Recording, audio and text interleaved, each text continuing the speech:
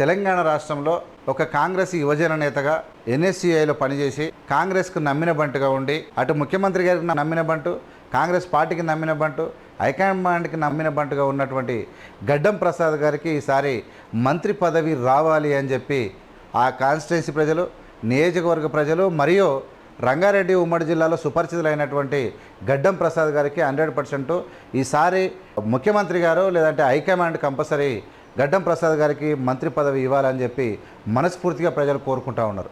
ఖచ్చితంగా మంత్రి పదవి వస్తే గడ్డం ప్రసాద్ గారికి 100% రావాలి. ఆయన ఒక సౌమ్యుడు. ఆయన ఎల్లవేళలా రోజుకు 3 సార్లు ప్రజలకు అందుబాటులో, మార్నింగ్ అవర్స్, మధ్యాహ్నం, సాయంత్రం ఎవరు వచ్చినా కలిసి వాళ్ళ సమస్యలను తీరుస్తూ, ఏ సమస్యలు ఉన్నా వాళ్ళకి చేదోడు వాదోడుగా ఉంటున్నటువంటి స్పీకర్ గారు ఖచ్చితంగా ఆయనకు మంత్రి పదవి వస్తే అక్కడ కాన్స్టిట్యున్సీ ప్రజలకు కాదు రాష్ట్ర ప్రజలకు అందరికీ కూడా అనేక సేవ చేసేటువంటి అవకాశం ఉంటుందని చెప్పి చాలామంది ప్రజలు కోరుకుంటూ ఉన్నారు. ముఖ్యంగా రంగారెడ్డి జిల్లాలో గడ్డం ప్రసాద్ గారు చాలా సుపరిచితుడు.